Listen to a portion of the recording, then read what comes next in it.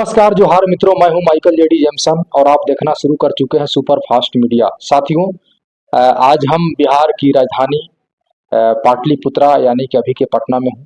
और मित्रों, आज मैं आप सबों को जिन शख्सियत से मिलाने जा रहा हूं वे शख्सियत कोई आम शख्सियत नहीं है, बल्कि एक जाने माने हस्ती।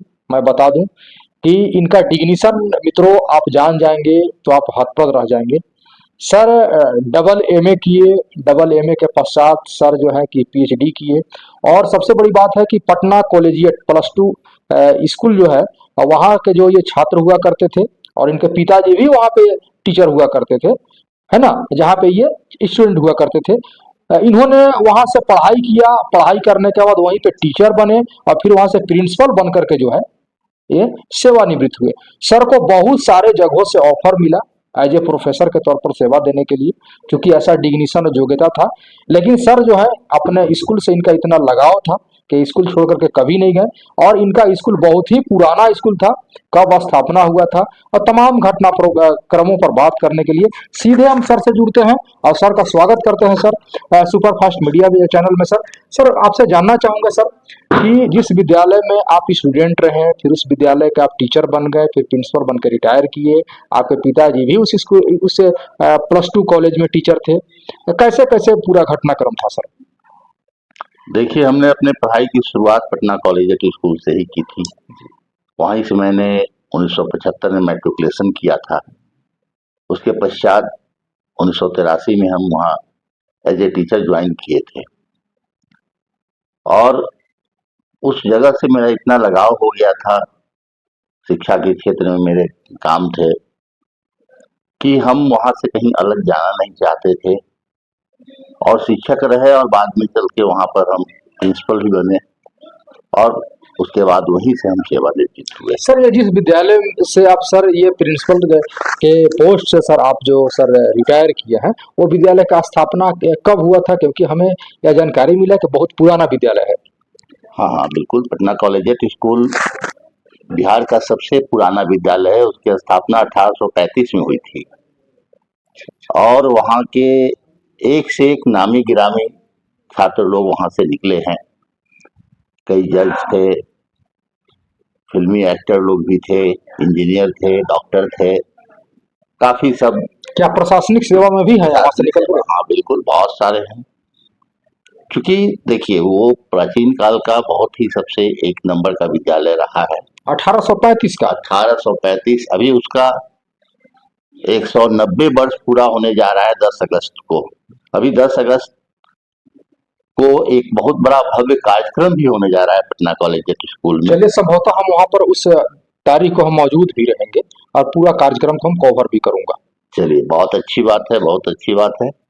वो अलुमनाई एसोसिएशन के द्वारा 10 अगस्त को कार्यक्रम किया जा रहा है।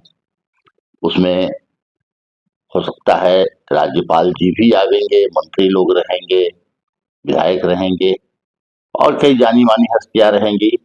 इवन बता दें कि आपको शत्रुघ्न सिन्हा जी के भी आने की सहमति मिल चुकी है, वो भी रहेंगे, आएंगे। सर आखिर उस विद्यालय से इतना गहरी लगाव होने का क्या वजह है? क्योंकि उसे बड़ा बड़ा पोस्ट आपको मिल रहा था, प्रोफेसर, लेक्चरर, रीडर, जैसा कि हमें जानकारी मिला है सर। तो उस विद्यालय से इतना गहरी लगाव होने का क्या वजह रहा सर? देखिए, मेरा मानना है कि ऐसा बड़ा पोस्ट के लिए अगर कहीं हम इधर उधर जाएं तो हमें भाता नहीं था, अच्छा नहीं लगता था।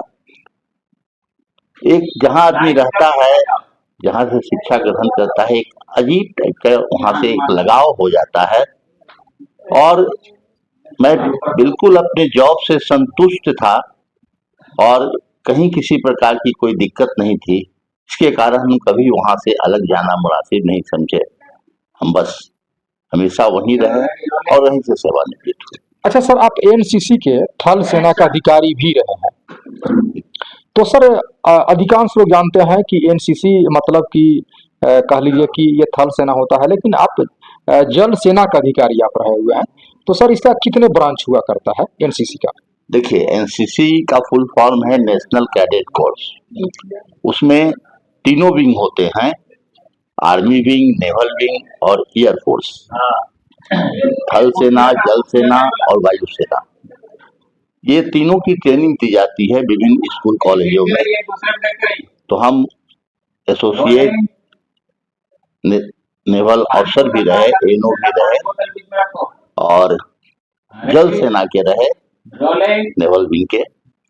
तो ये सब जगह बहुत जगह इसके है। जल सेना का ट्रूप्स बहुत कम जगह है, लेकिन थल सेना तो आपको स्कूल कॉलेज में सब जगह बहुत ज्यादा मिलेगा। जल सेना और वायु सेना ये दो एक बहुत कम ट्रूप्स हैं। तो एनसीसी अफसर होने के नाते भी हमें बिल्कुल देश से एक लगाव हो गया था और कॉलेजियट के बच्चों को हमने हमेशा अच्छी शिक्षा देने का और देश सेवा का मैंने पाठ बच्चों को पढ़ाया। सर अब आप जिस कह लीजिए कि विद्यालय से आप सर रिटायर किए हैं, वहां से अभी आपका कितना लगाव है? देखिए, मेरा लगाव अभी भी उस विद्यालय से कम नहीं हुआ है। कई अवसरों पर, चाहे 15 अगस्त हो, 26 जनवरी हो, तो प्राचार्य के द्वारा हमें आमंत्रित किया जाता है, बुलाया जाता है, तो मैं वहां जाता हूं, क्योंकि मैंने अपना जीवन वहां बिताया है। सर क्या यह लगाव और जुड़ाव आजीवन रहेगा या मतलब कि कट भी सकता है, वो जो कंटिन्यूटी है? नहीं, हमें तो लगता है कि ये लगाव जो एक बार हो जाता है वो हटता नहीं है। सर विद्यालय कह लीजिए कि विद्यालय से सेवानिवृत्ति के बाद मतलब कि आपको विद्यालय से अभी भी कितना मान सम्मान आपको मिलता है? बहुत ज्यादा। जब मैं विद्यालय में जाता हूं तो मुझे लगता ही नहीं है कि मैं वहां से सेवानिवृत्त हो चुका हूं। सारे लोग वहां के वही सम्मान देते हैं जो पहले दिया करते थे। मतलब कि सारे स्मरण जो है और जितना आपने वक्त बिताया है ना, वो सारा आपको ताजा हो जाता होगा और कभी भी आप उसे अलगाव नहीं बल्कि हमेशा जुड़ाव ही महसूस करते आए होंगे। बिल्कुल बिल्कुल सही कहा आपने, बिल्कुल सही कहा। सर हम जानना चाहेंगे सर आपसे कि आखिर सर आपने टीचिंग फील्ड को ही क्यों आपने पसंद किया? देखिए, टीचिंग लाइन हमारे ख्याल से अच्छा होता है। उसको पसंद हम इसलिए किए कि एक मेरा शुरू से हमारे पिताजी भी शिक्षक थे, तो वो बच्चे सब पढ़ते रहते थे, आते थे, पढ़ते थे। उसी समय से मेरा पढ़ाई के प्रति लगाव हो गया था, जिसके कारण हमने टीचिंग को ही अपना जॉब बनाया और हम उसमें लगे रहे। सर इसके अलावा और आपको किस किस फील्ड में कह लीजिए कि जिस तरीके का आपकी योग्यता था, आपको अवसर मिला या आपको प्रपोजल मिला, कुछ बताएंगे?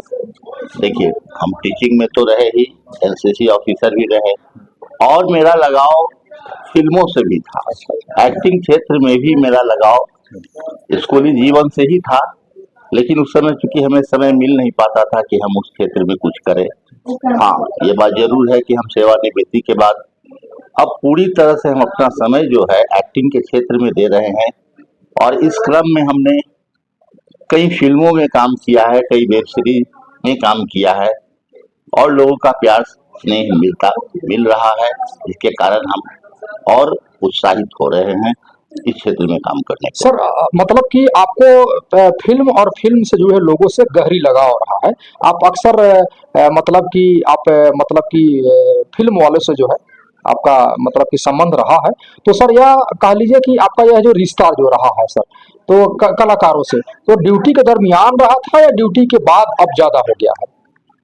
नहीं, ड्यूटी के समय तो लगाव था, लेकिन काम चूंकि काम के क्षेत्र में हम थे, पढ़ाने के क्षेत्र में तो हम उस समय ज्यादा एक्टिंग की ओर ध्यान नहीं दे रहे थे। सेवानिवृत्ति के बाद हमने अपना पूरा ध्यान एक्टिंग की ओर केंद्रित कर दिया है और कई बड़े बड़े कलाकारों के साथ भी काम करने का मौका मिला है। तो आगे और सर इस फील्ड में क्या कुछ और करने का इरादा है? जैसा कि आपका जो तमाम जो लाइफ हिस्ट्री पर जब हम प्रकाश डालते हैं तो देखते हैं कि आपने बड़े बड़े कारनामे किए हैं। आप जिस विद्यालय के टीचर रहे हैं वहां से प्रिंसिपल बन के रिटायर किए, तो सर अब इस फील्ड में क्या कारनामा करने का इरादा है सर? अब तो बस जो लोगों का सपोर्ट मिल रहा है, जो आशीर्वाद मिल रहा है, जो स्नेह मिल रहा है, तो हम एक्टिंग के क्षेत्र में ही आगे बढ़ना चाहते हैं।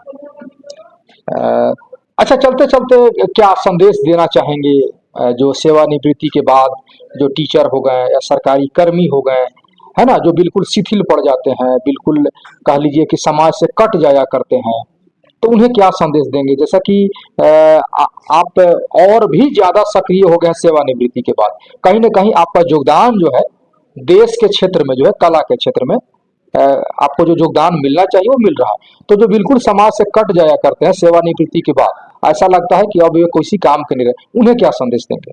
नहीं, बिल्कुल बिल्कुल आप सही बात बोले अभी, कि लोगों के मन में ऐसा आता है कि सेवानिवृत्ति के बाद वो बिल्कुल अस्थिर हो जाते हैं, अब क्या करेंगे, कोई काम नहीं है उनके पास। लेकिन मेरा तो मानना है कि हमें सेवानिवृत्ति के बाद मेरे पास और ज्यादा काम आ गया। अब हम और बहुत ज्यादा व्यस्त हो गए हैं, पहले इतना व्यस्त नहीं थे, पहले तो सिर्फ एक स्कूल का काम था, बच्चों को शिक्षा देना था, वहीं तक हम सीमित थे। लेकिन अब तो हम सुबह से लेकर रात तक कैसे बीत जाता है दिन, ये पता नहीं चलता है। और अगर आदमी किसी काम के प्रति लगा रहे, उसका लगाव रहे, तो कभी आदमी जो है सो सेवानिवृत्ति क्या है, कोई चीज ऐसी नहीं। चलिए, बहुत बहुत शुक्रिया, दिल से शुक्रिया मित्रों। हम सब आप सबों को मिला रहे थे एक करिश्माई कैरियर और एक करिश्माई हस्ती रखने वाले शख्सियत डॉक्टर अशोक कुमार आनंद जी से, जो कि अभी के डेट में ये सिनेमा में, फिल्मों में और मान के चलिए कि कला के क्षेत्रों में बहुत ज़्यादा सक्रिय हैं। और ऐसी सिनेमा और ऐसी फिल्में जो समाज को एक नया दशा और नया दिशा देने में जो अग्रसर है, और एक समाज को का एक आईना दिखाने का सिनेमा जो काम करता है। निश्चित तौर पर साहित्य और सिनेमा जो है समाज का एक आईना होता है, तो उस तरीके से सर आईना बन करके जो है चमक रहे हैं और एक सुंदर समाज गढ़ने के लिए और बनाने के दिशा में जो है अभी बिल्कुल सक्रिय है। और निरंतर सर का जो है धड़ाधड़ धड़ाधड़ लगातार कई अच्छी से अच्छी फिल्में जो है अभी आने जा रहा है, लगातार शूटिंग हो रहा है। बड़ी बात है, उन तमाम जो सेवानिवृत्ति के बाद जो शिथिल हो गए हैं, है ना, उन्हें जो है सर के जीवन से प्रेरणा लेना चाहिए। तो निश्चित तौर पर अगले एपिसोड में सर से और भी विस्तृत बातें करता रहूंगा और लाइफ हिस्ट्री पर भी पूरी जो है कि हम एक प्रकाश डालते हुए दूसरा इंटरव्यू में लाऊंगा। और निश्चित तौर पर 10 अगस्त का जो सर का जो कॉलेज रहा जहाँ से रिटायर किया है, वहाँ पे एक बड़ा फंक्शन होने जा रहा है, तो हम भी वहाँ पर मौजूद रहूंगा और तमाम तस्वीरों से अवगत कराऊंगा। पुनः सर से बातें करूंगा, गेस्ट से बातें करूंगा। तब तक विदा लेता हूँ आप सबों का, सन ऑफ झारखंड। जय हिंद, जोहार।